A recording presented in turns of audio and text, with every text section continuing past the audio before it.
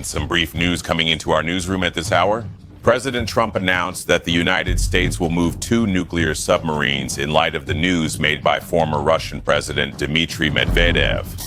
We have some brief news from the president, who just announced that he is repositioning nuclear submarines around Russia in response to what he called inflammatory statements from the former Russian president. Let it go. I'm just passing on this information because it's very important, since just a short while ago, President Donald Trump ordered the deployment of nuclear submarines to areas near Russia.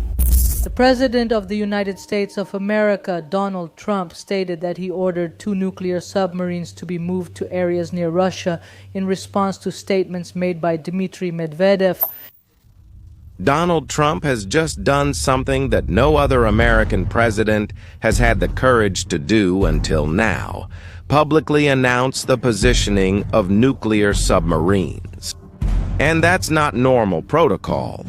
Few people know, but nuclear submarines always operate in secrecy. And when a president breaks that protocol and announces it publicly, it's because things have gotten very serious. But how did we get to this point? What statements were those that he mentioned? I'll tell you the whole story, because this started with an argument on Twitter and escalated to nuclear threats.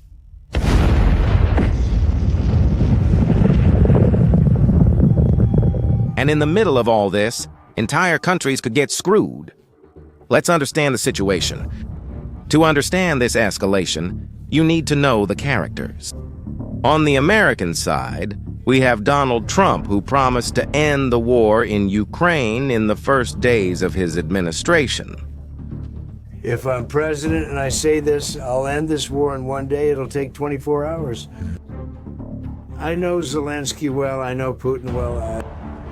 I'll end this in a period Of 20 days, you can break this fight.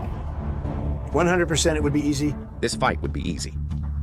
Next to him, Senator Lindsey Graham, a guy known for his very aggressive stances. On the Russian side, we have Dmitry Medvedev. A lot of people don't know who he is, but he's a key figure in this story. Medvedev was already president of Russia when Putin couldn't run for re-election. Today, he's kind of like the Kremlin's hired mouthpiece on social media, always ready to provoke the West.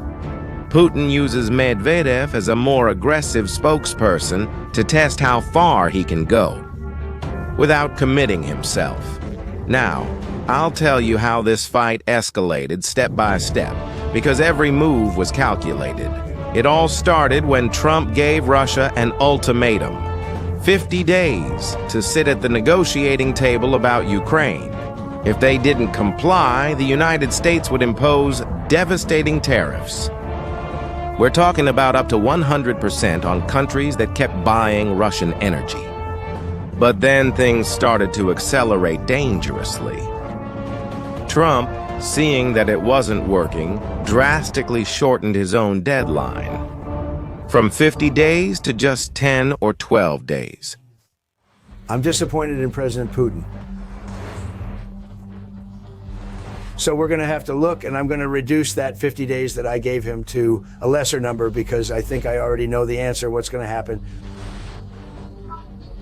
This shortening was seen by the Kremlin as a direct ultimatum, an unbearable pressure. That's when Lindsey Graham came in full force. He not only supported Trump, but also introduced an even more aggressive bill with punitive tariffs of up to 500%. 500%. The targets were countries like India, China, and Brazil, and for a simple reason: they were importing Russian oil. Graham's language was deliberately brutal. He said the goal was to crush those economies and cut off what he called blood money that funds Putin's war machine. Graham also said with full confidence that these countries would soon choose the American economy, and it was this provocation that made Medvedev join the game. On the X platform, he publicly rejected American pressure, accused Trump of playing the game of ultimatums, and gave a sinister warning. Each new ultimatum is a threat and a step toward war. Not between Russia and Ukraine, but with your own country. Medvedev also described the threats as theatrical. And, in a show of disdain, he called Senator Graham Grandpa, telling him to take care of America first before dictating terms to Russia. But the escalation was just beginning. Trump, who does not accept being publicly challenged, launched a personal attack. On Truth Social, he sent a direct insult that completely changed the tone of this crisis. Trump called Medvedev a failed former president of Russia, who thinks he is still president, and told him to be careful with his words because he was entering very dangerous territory. Along with this personal insult, Trump also attacked the Russian and Indian economies, saying they could take their dead economies down together. And that's when things really got dangerous. Medvedev, provoked by the personal attack, decided to play hardball. On his Telegram channel, he made a very strange provocation that mixed American cultural references with nuclear threats. He said that maybe Trump should remember his favorite movies about the undead, like The Walking Dead, and also asked him to remember how dangerous the so-called dead hand is, which doesn't even exist. It may not seem like it, but this message was the first explicit nuclear threat in this whole fight and took everything to a completely new level. The reason for this escalation is precisely in this dead hand threat that Medvedev made. Many people think it's a bluff, but the reality is quite different. This term refers to a frightening system that many believe doesn't exist. But there is evidence that it does exist and is active. I'm talking about the perimeter, an automatic system from the Soviet era that was designed to guarantee nuclear retaliation, so to speak. It works like this. Once activated by a high-ranking official during a crisis, the system monitors sensors throughout the entire country. I'm discussing seismic, radiation, and atmospheric pressure sensors. The goal is basically to look for signs of a nuclear attack on Russian soil. If the system detects an attack and, at the same time, loses communication with the higher command, the system assumes that the leadership has been destroyed. And that would trigger a reaction that gives you chills just thinking about it. Automatically launch special rockets. These rockets would fly over Russian territory, transmitting launch orders to all the nuclear missile silos that survived. I know this sounds like a fictional story, but it really exists. In 2011, a Russian general confirmed something important. The system not only exists, but it's working and has been updated.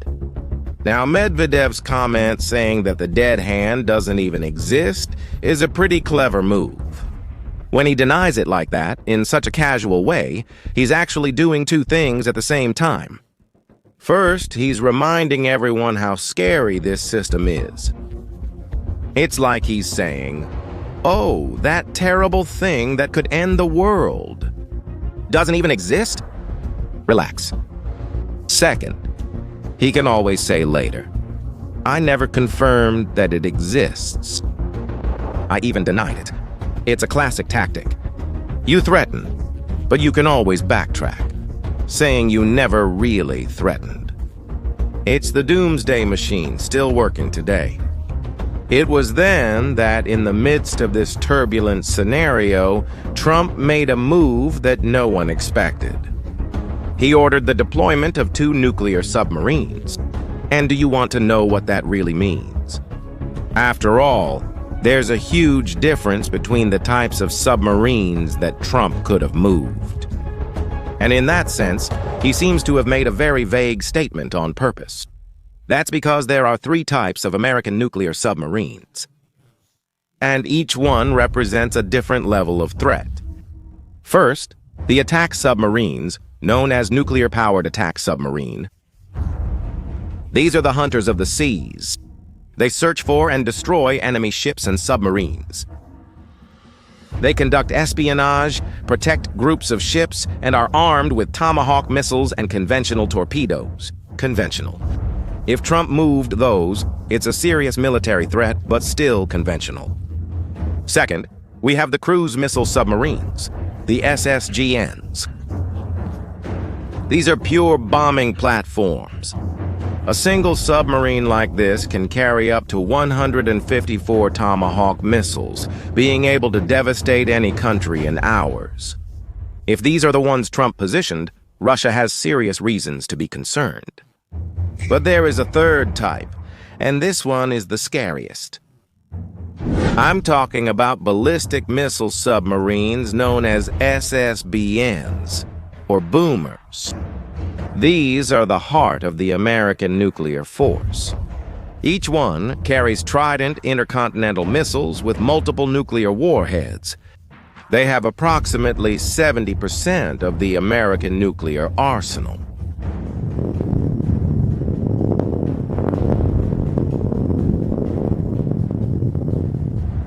If Trump moved those, then we're talking about a direct nuclear threat. But the genius of Trump's strategy was precisely not specifying which type of submarine he moved. By only saying nuclear submarines, he forced Russia to imagine the worst-case scenario. It's a kind of high-level psychological warfare.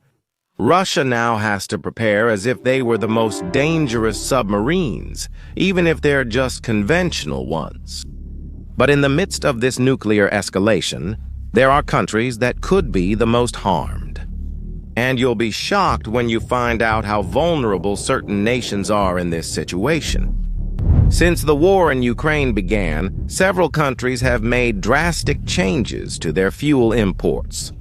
Russia, cut off from Western markets, started selling oil at huge discounts to anyone who wanted to buy. First, India, which became one of the biggest buyers, increasing its imports of Russian oil by more than 1,000% since the start of the war. China, which traditionally was already a major buyer of Russian energy, maintained and even expanded its purchases, and that's despite all the Western pressure. But maybe the most dramatic case is Brazil's. Russia jumped from practically 0% to 70% of Brazilian diesel in just 3 years. 70%. Just in June 2025, Brazil bought 443 million euros in Russian petroleum products. Meanwhile, the United States, which was the main supplier with 57% of the market, dropped to 15%. The problem is that this dependence put these countries directly in the American crosshairs.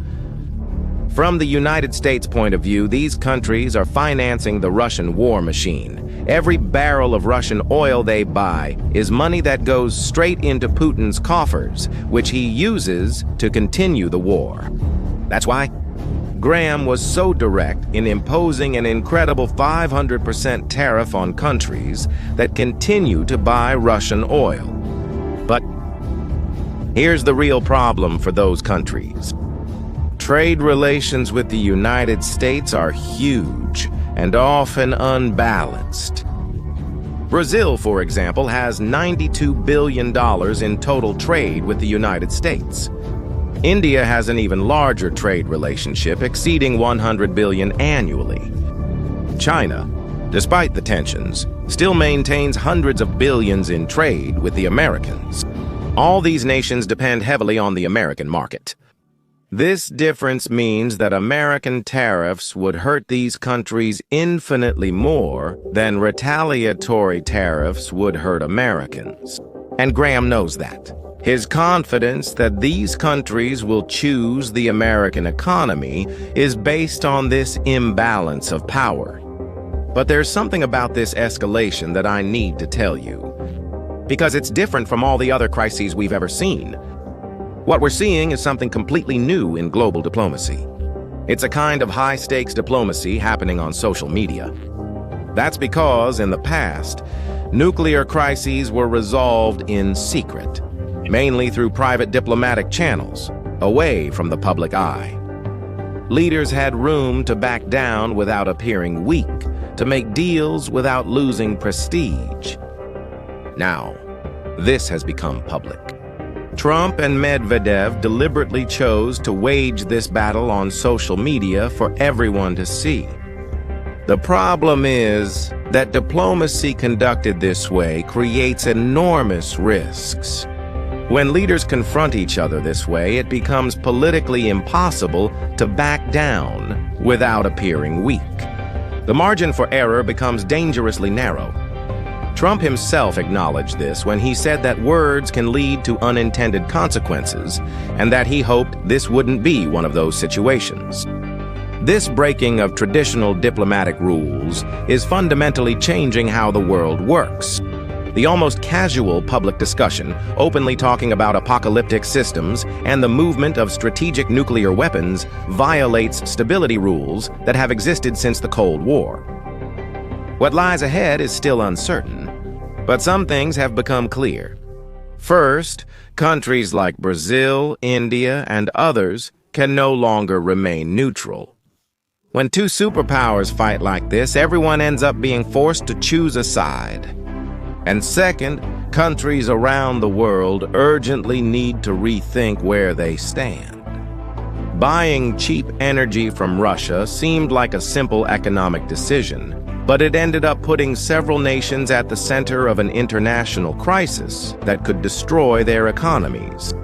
It has become increasingly clear that, in today's world, any business decision can turn into a huge problem. Now, I want to know your opinion. Do you think Trump is bluffing with these submarines, or is this threat real? Leave your answer in the comments. If you like this content, subscribe to the channel and share it with anyone who needs to understand what's really happening in the world. Thank you for watching.